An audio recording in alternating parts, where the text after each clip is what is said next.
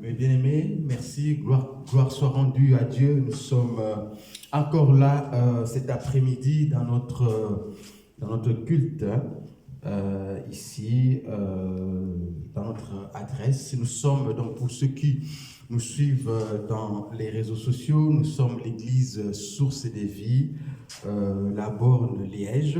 Nous évoluons ici à Liège, nous sommes sur la rue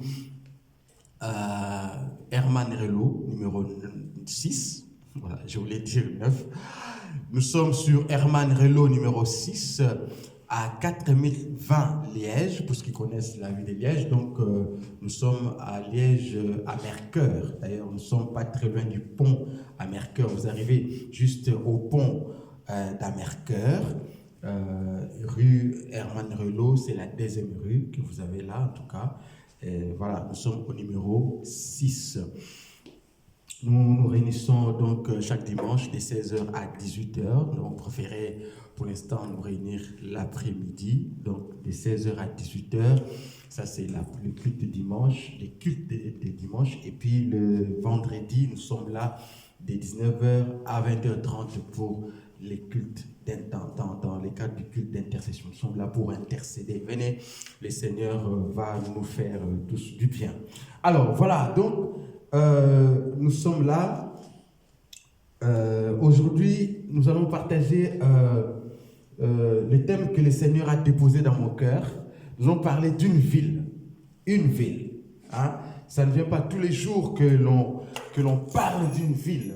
Voilà, le thème que Dieu a déposé dans mon cœur, c'est Jéricho, parcours d'une ville en quête de la restauration.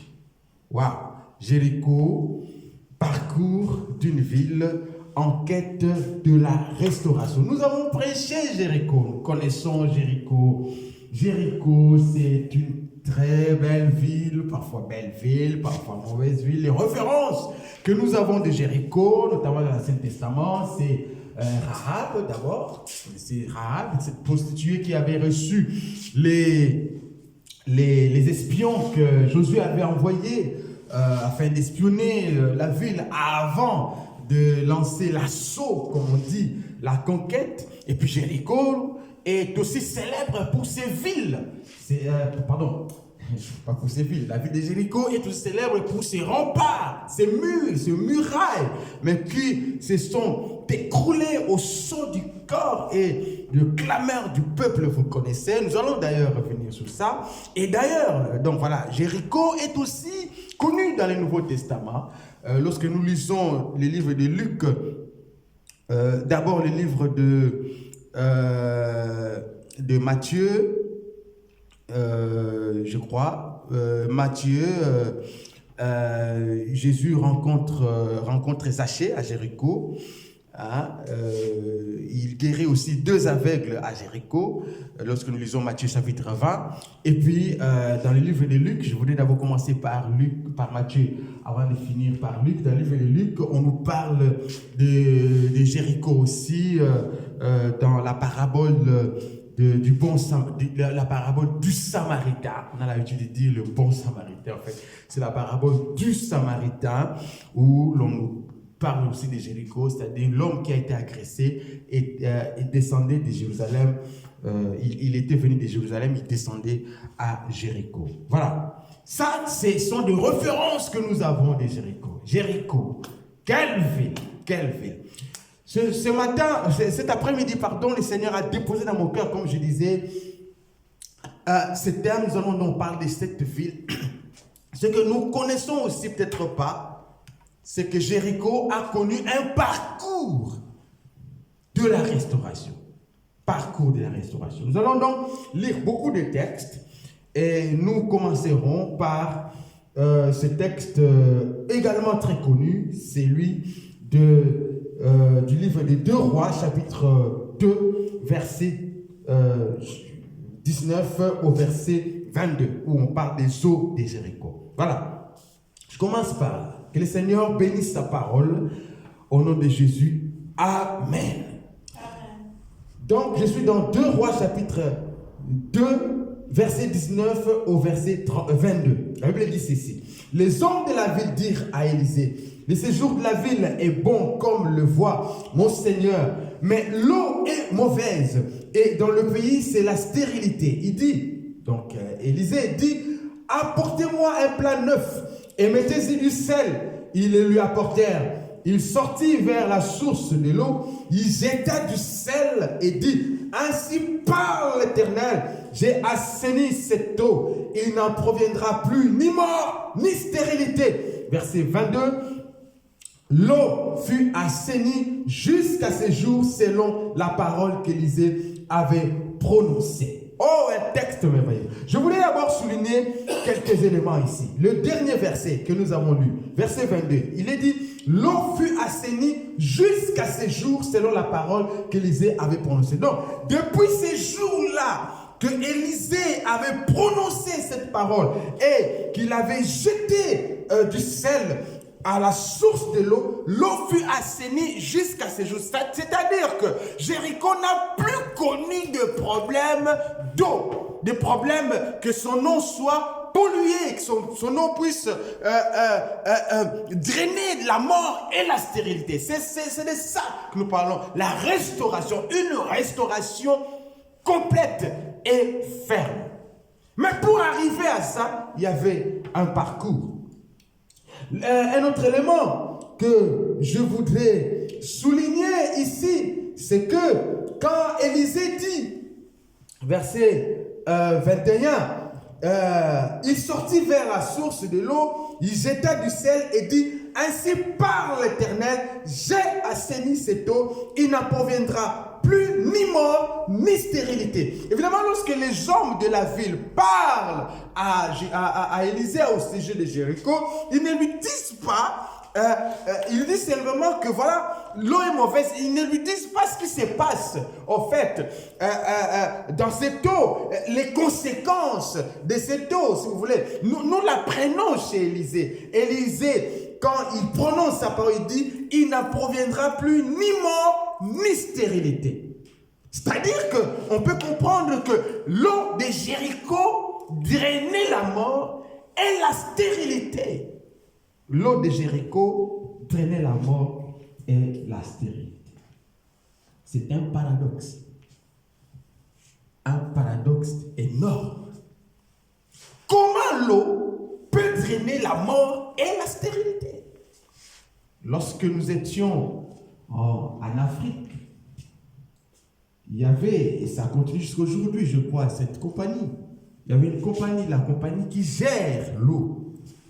La régie, on l'appelle d'ailleurs régie des eaux. Quand on était enfant, on pensait que les eaux là, c'est eau. Enfin, je n'entre pas là-dedans. La régie des eaux, dans notre pays, en Afrique, avait un slogan. Son slogan, c'était « L'eau, c'est la vie ». C'est-à-dire que lorsque vous avez l'eau, vous avez la vie.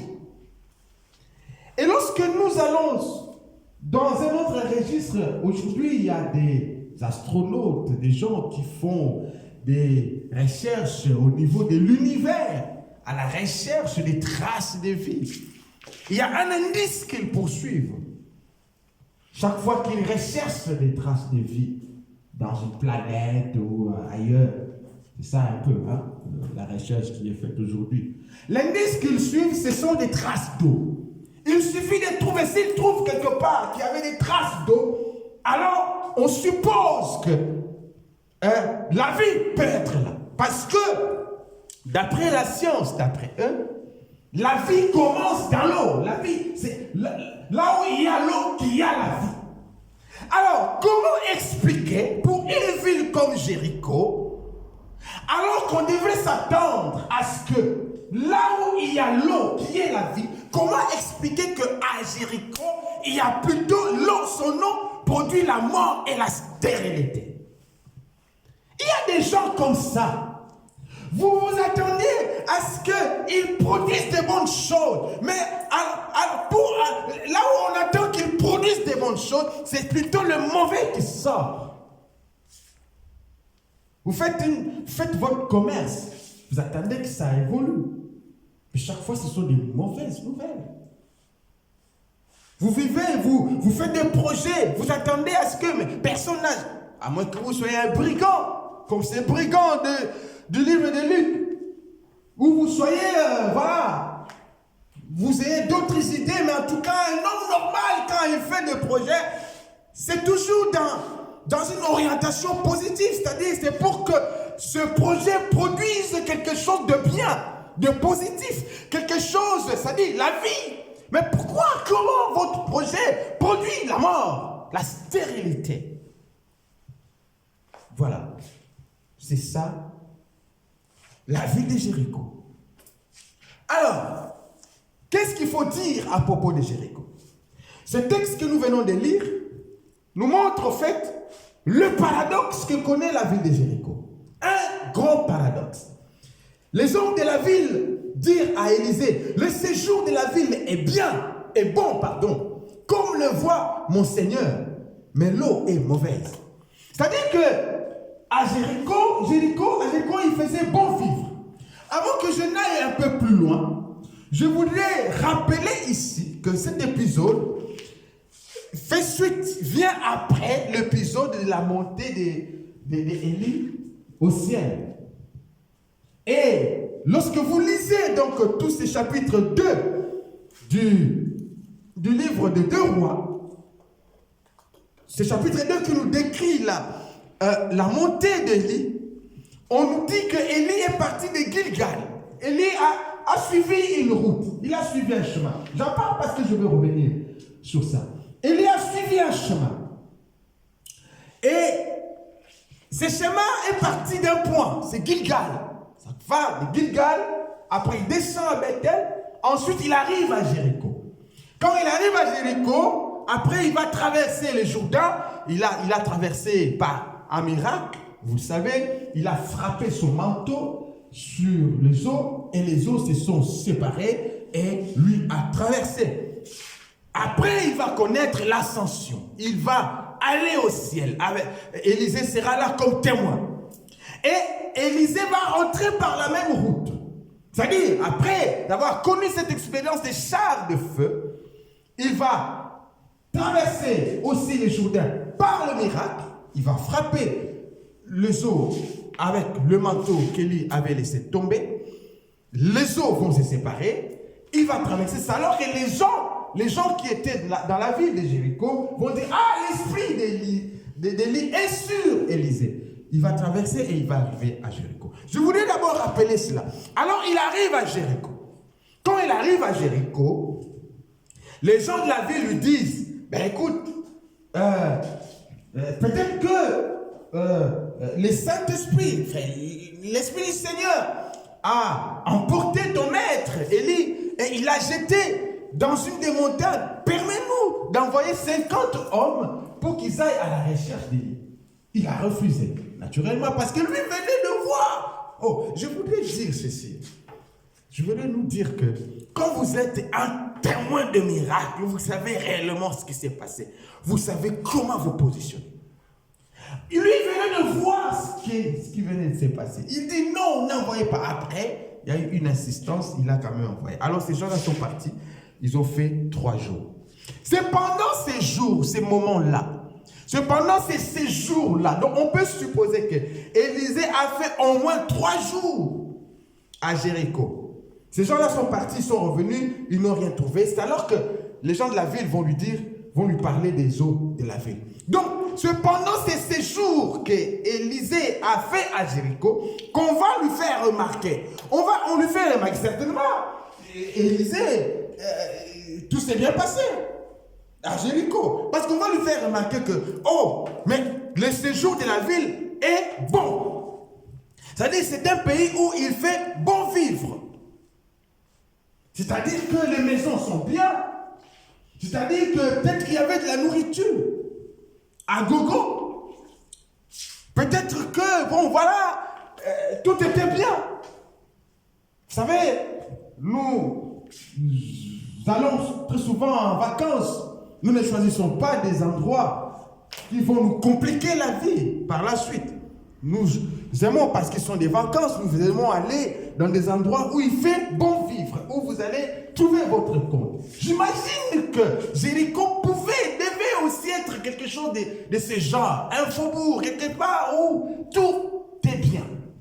Mais en même temps que tout était bien, regardez ce que disent les hommes de la ville. Ils lui disent, tout est bien. Le séjour est bon, comme le remarque mon serviteur, mon Seigneur. Donc Élisée lui-même aussi, excusez-moi, pouvait remarquer que le séjour était bon. Le séjour de la ville est bon, comme le voit mon Seigneur, mais l'eau est mauvaise.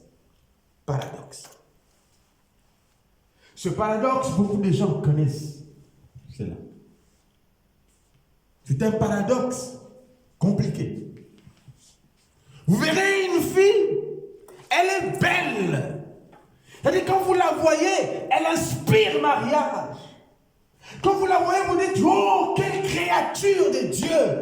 Oui, le séjour est bon. Mais ce qu'elle vit dans sa vie, cette fille, elle ne peut pas vous raconter. Vous pleurerez à sa place. L'eau est mauvaise. Elle ne connaît que de problèmes et de problèmes. Il y a des gens qui se sont mariés. Vous vous êtes mariés, oh, c'était merveilleux. Il y avait des limousines qui étaient venues vous prendre. Les gens vous ont souhaité tout le bonheur du monde. D'ailleurs, dans le mariage, on ne souhaite que le bonheur du monde. Ce n'est que quelques rares fois que s'il y a des petits problèmes, que bon, voilà, il y a parfois des jaloux qui peuvent en eux-mêmes murmurer certaines mauvaises choses contre le marié. On vous souhaite des bonnes choses. Mais lorsque vous entrez dans ce mariage, depuis que vous êtes marié dans ce mariage-là, il n'y a que du noir que vous connaissez. Ça, c'est le paradoxe de Jéricho. Le séjour est bon, mais l'eau est mauvaise. C'est qui devait produire la vie ne produit pas la vie. Oh, il y a des femmes qui pleurent. Il y a des choses, il y a des coins, je veux dire, des endroits, des moments où ils attendaient Dieu. Les lieux, les histoires dans lesquelles ils attendaient Dieu. Ils voulaient voir Dieu à l'œuvre dans cette affaire-là. Mais ça tarde, ça ne vient pas. Et ils pleurent. L'eau est mauvaise. Qu'est-ce qui se passe? C'est ça le paradoxe de Jéricho. C'est ce que les hommes de la ville disent à Jéricho, à Élisée. La ville est bonne, mais le séjour est mauvaise. Mais, bien aimé, ce que je voudrais souligner ici, c'est que Jéricho n'a pas toujours été ainsi. J'ai donné comme terme de prédication de mon message cet après-midi. Jéricho, parcours d'une ville en quête de restauration. Jéricho n'a toujours pas été ainsi. Jéricho n'a toujours pas été une ville aux eaux mauvaises. Non, pas du tout. Lorsque nous scrutons la Bible, lorsque nous lisons la Bible, nous allons voir ce qu'a été Jéricho. Comment on présente Jéricho. Commençons par le commencement, quand on a commencé à parler de Jéricho dans la Bible. La première fois, dès le départ, au début, quand le mot Jéricho, la ville de Jéricho apparaît dans la Bible, qu'est-ce qu'on nous dit de Jéricho? Nous sommes là dans Deutéronome, chapitre 34, verset 3. Je vous avais prévenu que nous lirons un peu beaucoup. Deutéronome, chapitre 34, verset 3. La Bible dit ceci. Deutéronome 34, 3. Je préfère même commencer par le tout premier verset. Il s'agit de la fin de la vie de Moïse. La fin de Moïse, si vous voulez.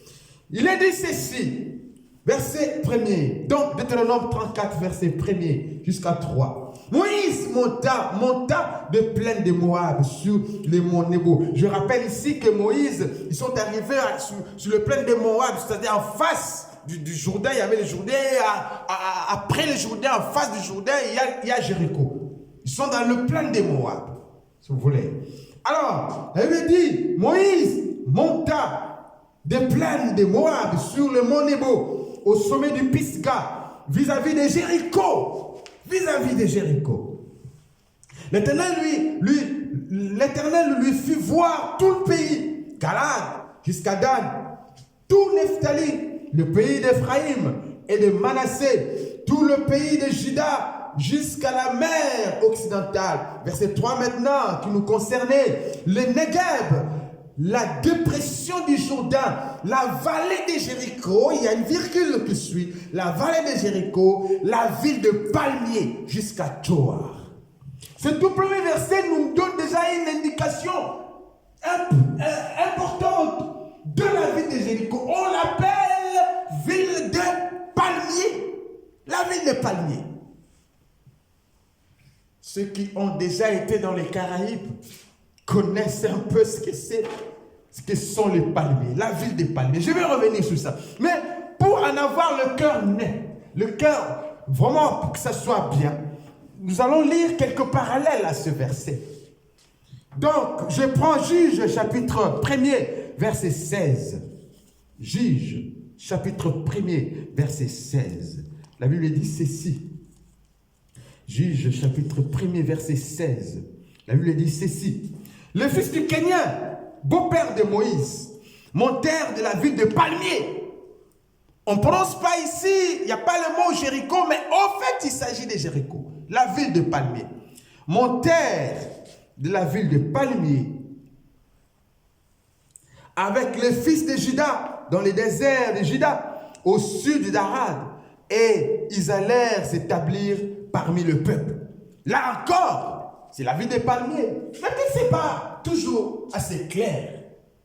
Vous savez, parfois quand on prêche, il faut puiser, il faut aller au fond des choses pour dire, pour amener à la découverte, pour sortir la réalité des choses dont vous parlez et que ça soit clair. Il faut que les choses soient claires. Alors un troisième texte parallèle à celui-ci, je suis dans 2 Chroniques 28, verset 15. 2 Chroniques 28, verset 15. Et là, ce sera un peu plus clair. 2 Chroniques 28, verset 15. La Bible dit ceci. Moi, j'utilise encore, la Bible, je ne suis pas encore dans les tablettes. Vous voyez, je suis plus à l'aise en déroulant le papier, la Bible papier que les tablettes. Malheureusement, enfin, peut-être que je ne suis pas encore entré au 21e siècle, mais bah, je vois mes collègues pasteurs utiliser les tablettes pour radio. Moi, je n'arrive pas. Comment il faut? Voilà. J'espère qu'un jour, j'y arriverai. Alors, 2 Chroniques, chapitre 28, verset 15, la Bible dit ceci. Voilà, j'y suis. 2 Chroniques, chapitre 28, c'est ça, je suis là. Verset 15, la Bible dit ceci. Voilà, j'y suis. Les hommes qui furent désignés par leur nom s'élevèrent et prirent les captifs. Ils employèrent le butin à vêtir tous ceux qui étaient nus. Ils leur donnèrent des habits et des sandales. Ils les firent manger et boire. Ils les pansèrent. Ils conduisirent sur des ânes tous ceux qui ne pouvaient pas marcher. Et ils les menèrent à Jéricho, la ville des palmiers, auprès de leurs frères. Puis ils les retournèrent à Samarie. Autrefois, Jéricho, c'était la ville de palmiers. Je disais tout à l'heure que ceux qui vivent dans les Caraïbes savent ce que sont les palmiers, qui sont en Afrique aussi, vers les côtes. Ils savent le palmier. Vous savez que le palmier pousse généralement là où il y a des courants d'eau. C'est-à-dire dans les zones côtières, etc. Jéricho, lorsqu'on l'appelle ville des palmiers, ça veut dire que la ville s'est située dans une région un peu plus riche. Et d'ailleurs, lorsque nous lisons, nous faisons des recherches, nous lisons un peu la géographie de Jéricho, on nous dit que Jéricho s'est trouvé dans une oasis, où il y avait le Jourdain, il y a le Jourdain à côté, le fleuve Jourdain. Vous savez que le fleuve Jourdain, c'est l'unique fleuve qui traverse ces côtés-là, qui traverse un peu le désert, qui permet un peu à ce côté-là d'avoir de la fraîcheur de l'eau. C'était dans une oasis, Jéricho, et il y avait un bon climat. Bien aimé, donc autrefois Jéricho, c'était une bonne ville. Autrefois Jéricho, il faisait bon vivre. Autrefois, les choses étaient bonnes. Mais le problème, c'est que lorsque nous lisons les textes que nous avons lus tout à l'heure, dans 2 Rois, donc dans l'épisode d'Élisée, oui, la ville a gardé quelque chose de ce qu'elle a été dans le temps, parce que le séjour continuait à être bon, mais les eaux étaient devenues mauvaises. Les eaux étaient devenues mauvaises. Je répète, je disais tout à l'heure que le thème de ma prédication, c'est, ou de mon partage, vous voulez, c'est Jéricho, parcours d'une ville en quête de restauration. C'est-à-dire que ce que je voudrais dire, c'est que Jéricho était une fois une ville de splendeur. Une ville qui ne pouvait pas connaître des petits soucis comme ce qu'on vient de voir. Mais après, la situation a décliné. La situation a décliné. La situation a commencé à être mauvaise. Jusque le jour où Élisée est passé. Oh, je prie le Seigneur qu'Élisée passe. Élisée passe quelque part. Je prie le Seigneur. Ma prière ce soir, c'est vraiment qu'Élisée passe quelque part. Je vais revenir sur ça pour le commenter. Donc c'était à une certaine époque une ville qui connaissait une certaine splendeur, une bonne ville. Il faisait bon vivre. Ses eaux étaient bonnes. Il n'y avait pas de souci. Mais elle a commencé à décliner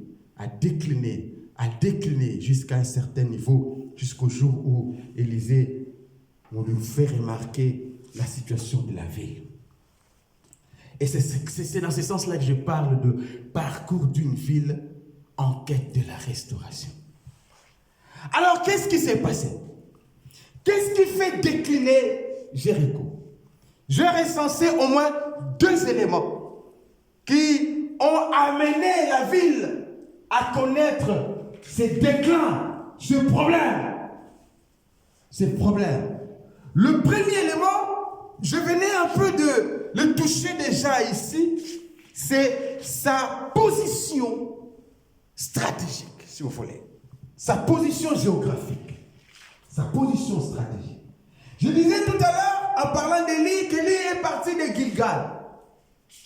Il descend Bethel, il descend à Jéricho, et puis il traverse.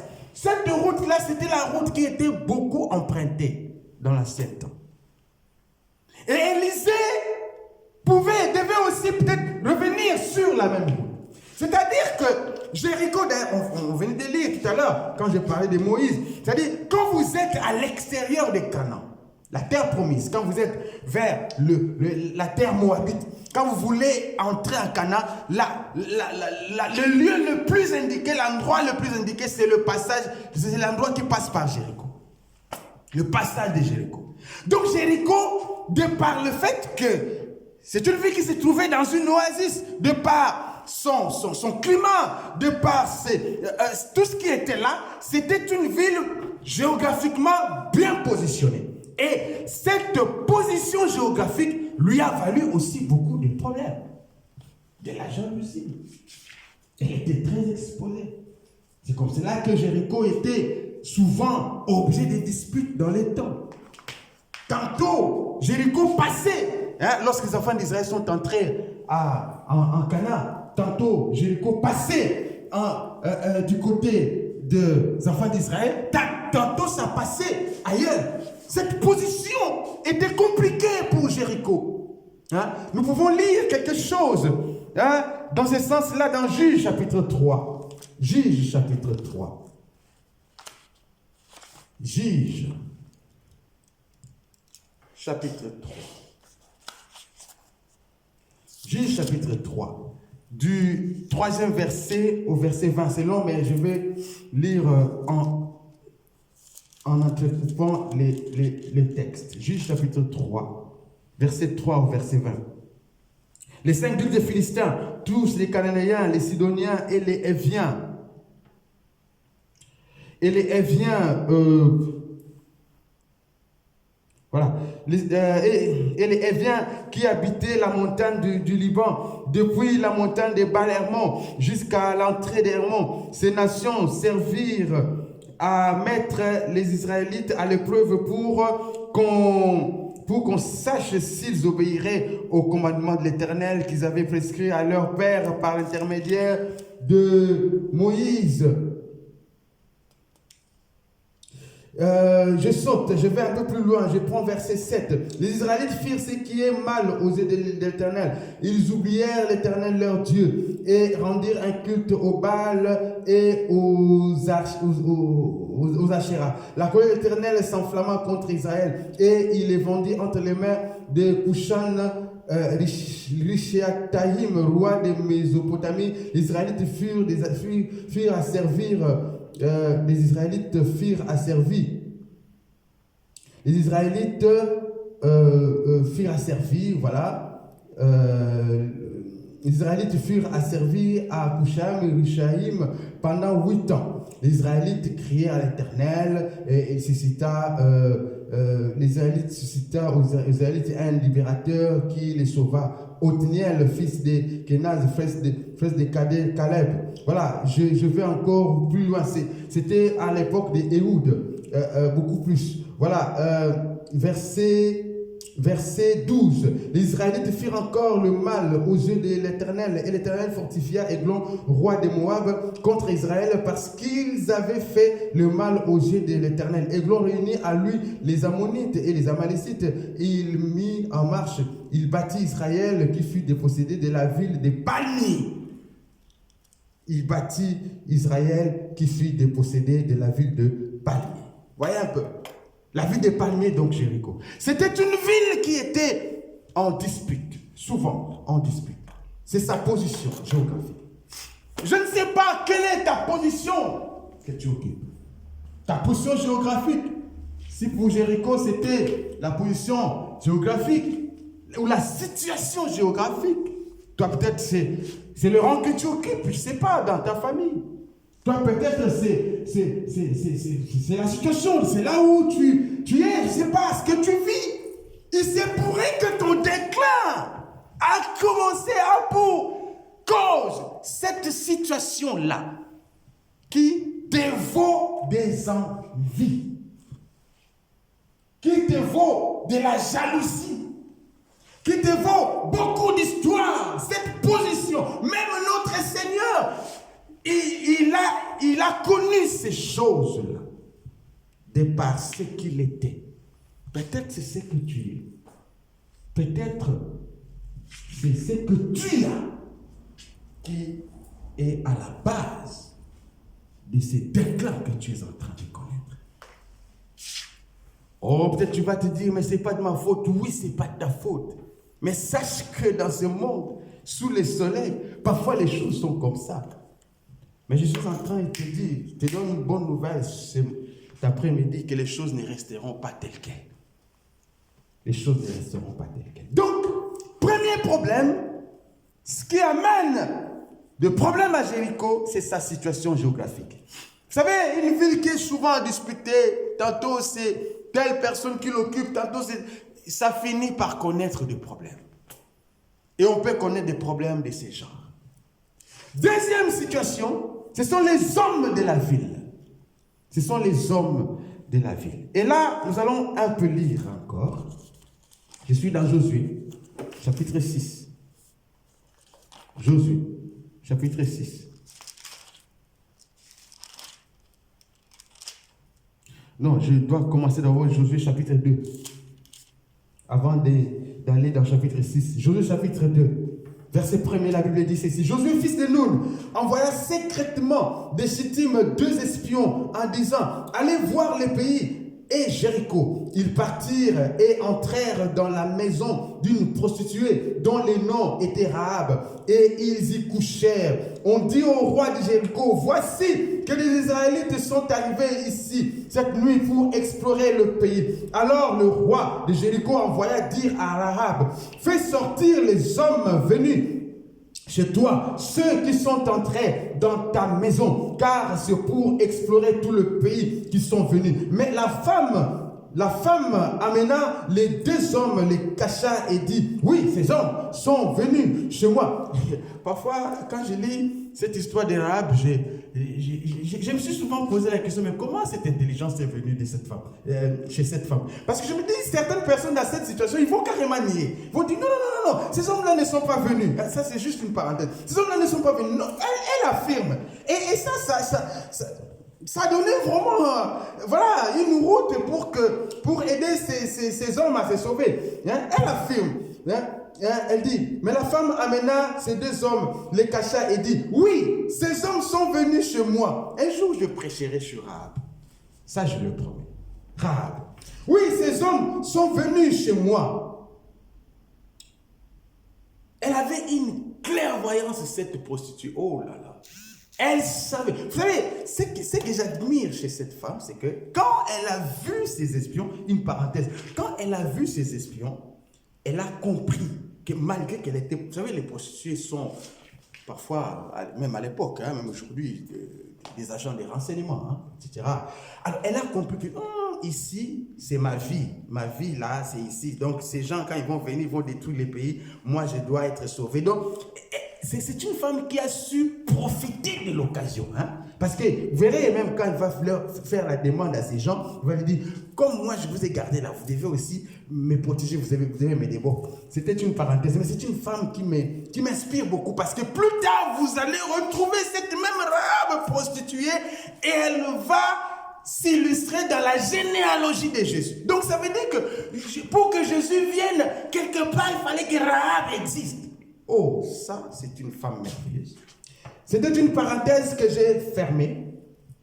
Alors elle dit, oui, ces hommes sont venus chez moi, mais je ne savais pas d'où ils étaient. Au moment où l'on allait fermer la porte, au crépuscule, ces hommes sont sortis sans que je sache où ils allaient.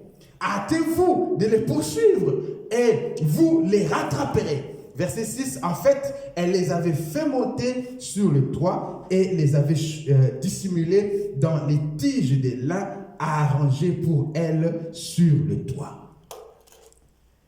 La deuxième chose qui a commencé à amener le déclin de la ville, ce sont ces hommes, ces habitants, les gens qui vivent là. Qu'est-ce que je veux dire par là? Ces gens ont été hostiles aux enfants d'Israël.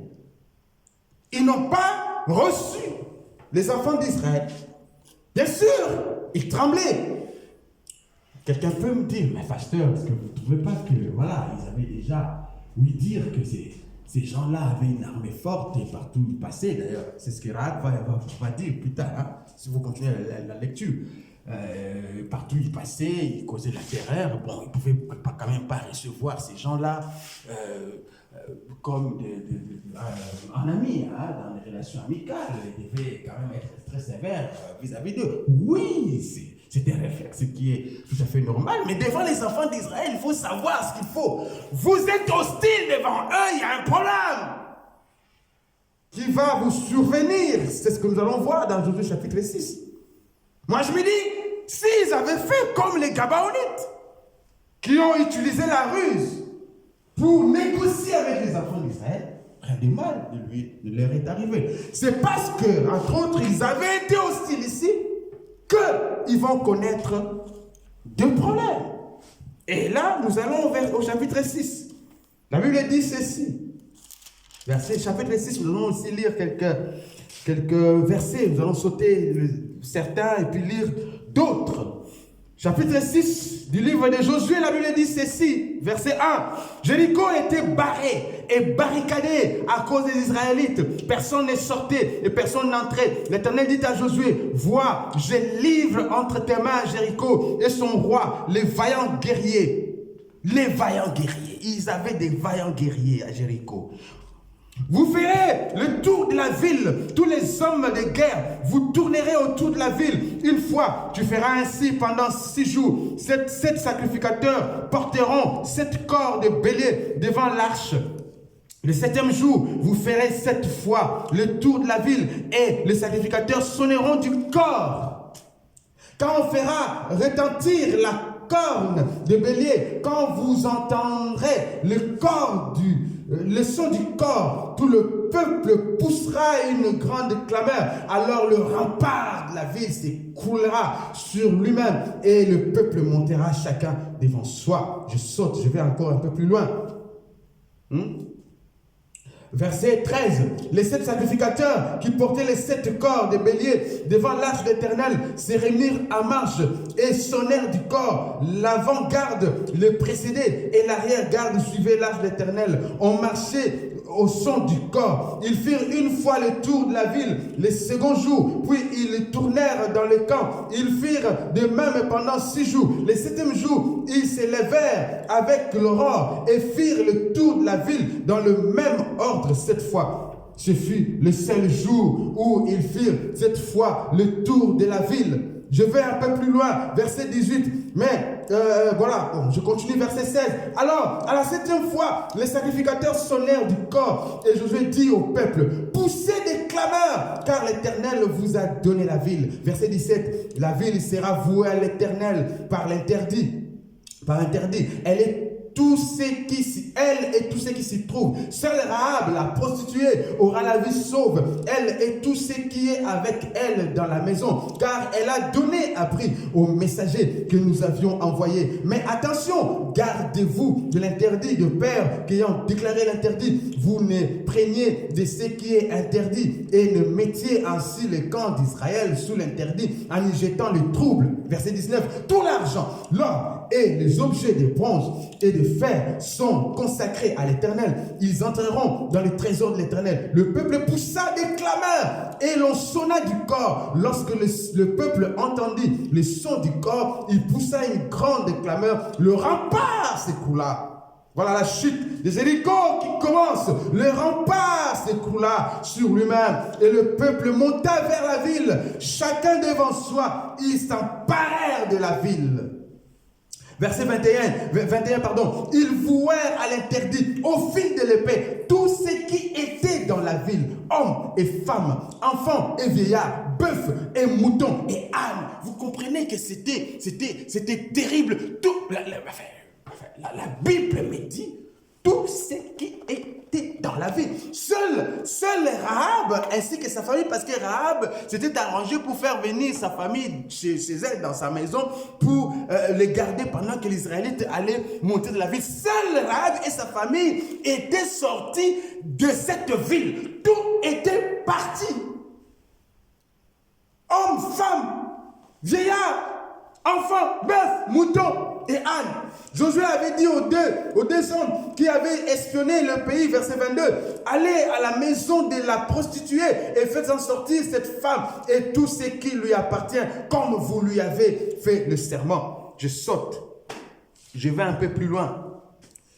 Verset 26, maintenant qui va un peu nous concerner. En ces temps-là, Josué fit faire ce serment. Maudit soit devant l'Éternel l'homme qui se lèvera pour rebâtir cette ville de Jéricho. Il en assurera les fondations au prix de son fils aîné, au prix de son cadet. Il en posera les portes. L'Éternel était avec Josué, dont la renommée s'est répandue dans tout le pays. Maudit soit celui qui cherchera à rebâtir cette ville. Il y avait une malédiction qui était prononcée sur Jéricho. Une malédiction prononcée par Josué. Voilà le problème de la ville, le déclin de la ville. Pas seulement sa position stratégique, mais aussi les gens, ses habitants, qui n'ont pas su négocier avec les enfants d'Israël, et voici que la ville a été livrée au fil de l'épée. Et en plus de cela, elle a été maudite.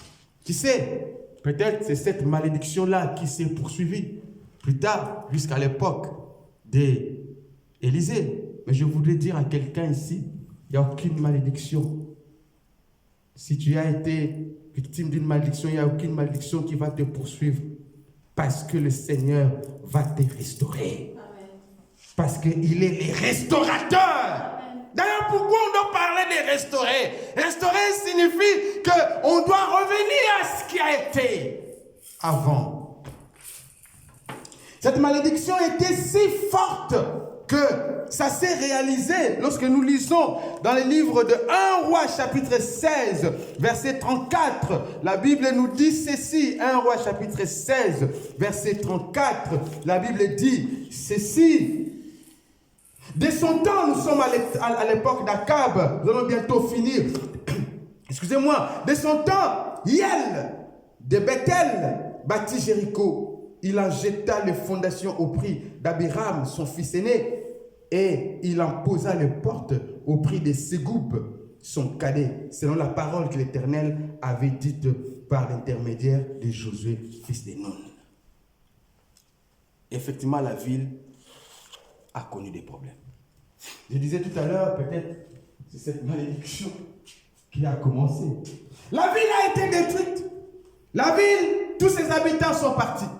Mais plusieurs temps après, à l'époque d'Akab ici, on voit que, bon, quelqu'un, Hiel de Bethel, va quand même s'élever pour bâtir la ville. C'est comme cela que la ville a été bâtie.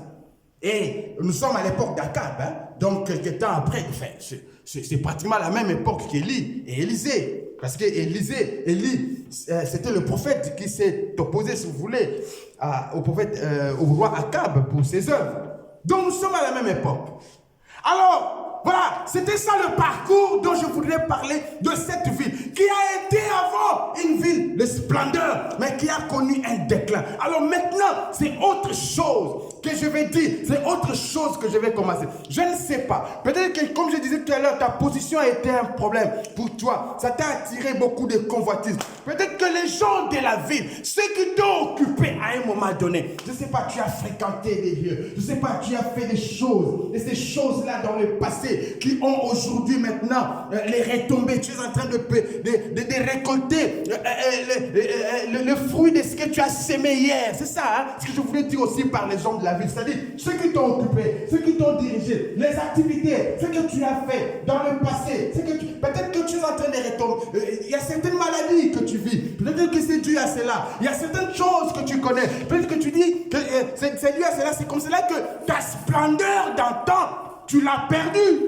Tu l'as perdu à cause de ces gens qui t'ont occupé à cause de ces choses. Mais je voudrais te dire que à un moment donné, le Seigneur a voulu que, puisque Jéricho se trouvait quand même dans les territoires promis, territoire de promesses, où il a été dit, c'est un pays où coule le lait et le miel. C'est un pays où il n'y aura ni stérile, ni personne qui avorte. Un pays, non. Cette position, sa position stratégique a été amplifiée par le fait que ça s'est trouvé maintenant sur les territoires d'Israël, sur les territoires de Canaan. Cette ville ne pouvait plus continuer à être maudite. Elle devrait être restaurée. Voilà pourquoi on a commencé à la restaurer. Première chose, on bâtit d'abord la ville. C'est ce qui a donné lieu à ce que ces gens de la ville puissent dire à Élisée, mais le séjour de la ville est bon. Donc, on a cherché à remonter un peu dans le temps pour rendre le séjour de la ville bon. Peut-être que toi aussi, tu as commencé à connaître des étapes de la restauration, mais ce n'est pas encore fini. Mais il y a une chose, c'est que le prophète passe. Je ne parle pas de prophètes du temps ici, les prophètes que nous connaissons dans nos pays, qui viennent nous vendre des choses, des promesses. Mais je voudrais dire, il faut que Élisée passe dans ta vie. pour venir achever cette restauration. C'est comme cela que ces jours-là, lorsque, Élisée, vous savez que c'était le premier miracle qu'Élisée a fait, après le passage du Jourdain. La première chose qu'il a faite, c'était lorsqu'il est entré à Jéricho. C'était lorsqu'il s'affronte à Jéricho. Oh bien aimé, la position de Jéricho, la position stratégique de Jéricho a été aussi un problème pour lui parce que ça l'a exposé dans les dangers. Mais c'était aussi une position qui l'a amené à connaître sa restauration. Le prophète Élisée, on lui dit, mais le séjour de la ville est bon, mais les eaux sont mauvaises. Élisée s'est dit, mais tiens, ça ne peut pas continuer comme ça. Une ville où est passé Élie, une ville qui a aussi des enfants de prophètes, une ville qui est aussi la ville de Dieu, une ville qui a abrité une femme qui a été ou qui va être dans la généalogie de Jésus, une ville de Dieu, la ville de Palmier doit redevenir la ville de Palmier. Alors il faut que son nom redevienne normal. Alors il va demander qu'on lui amène du sel sur un plateau et il va jeter ce sel à la source. Non, il ne va pas jeter. Dieu ne va pas jeter ce sel en aval. C'est-à-dire, là où tu commences à connaître le nom, il va aller dans la source. Vous vous rendez compte comment la restauration, la restauration, c'est la réparation à partir de la source. C'est pour que de nouvelles choses naissent.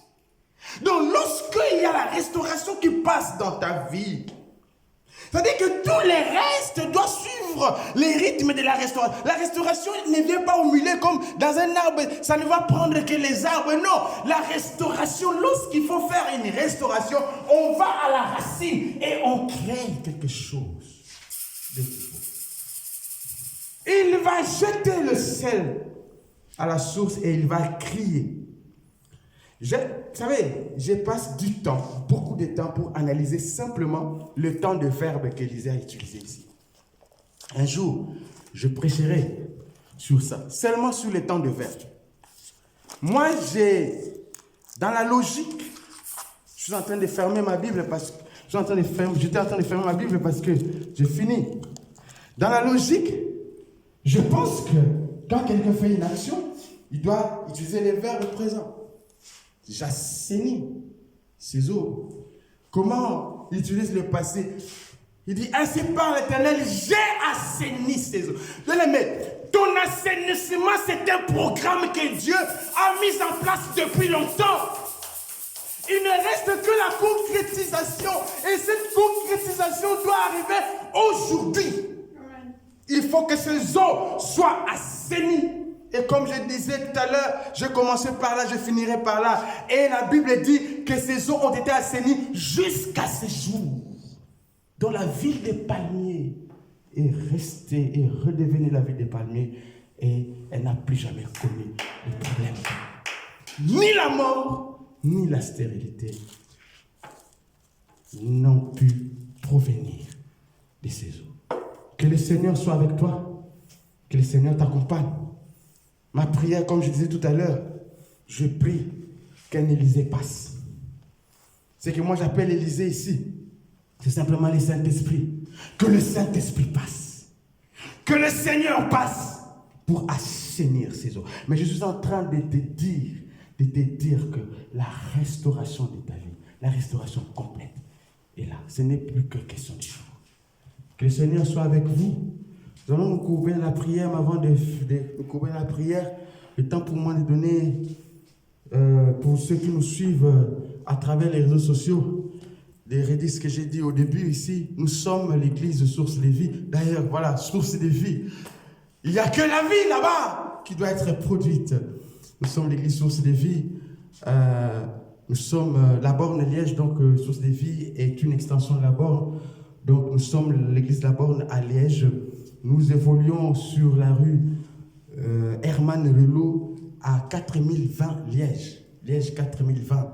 4020, vous savez que c'est long. Il y a Outremeuse qui est à 4020. Il y a même la veine Fétine qui est à 4020.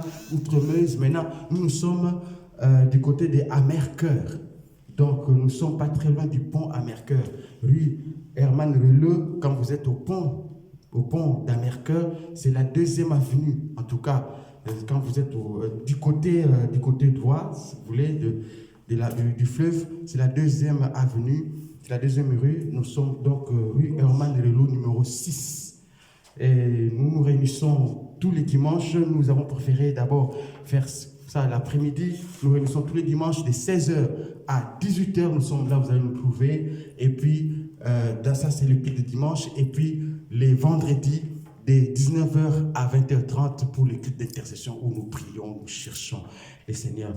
Vous êtes la bienvenue parmi nous et nous savons que le Seigneur va nous restaurer, que le Seigneur vous bénisse. Alors nous allons incliner nos têtes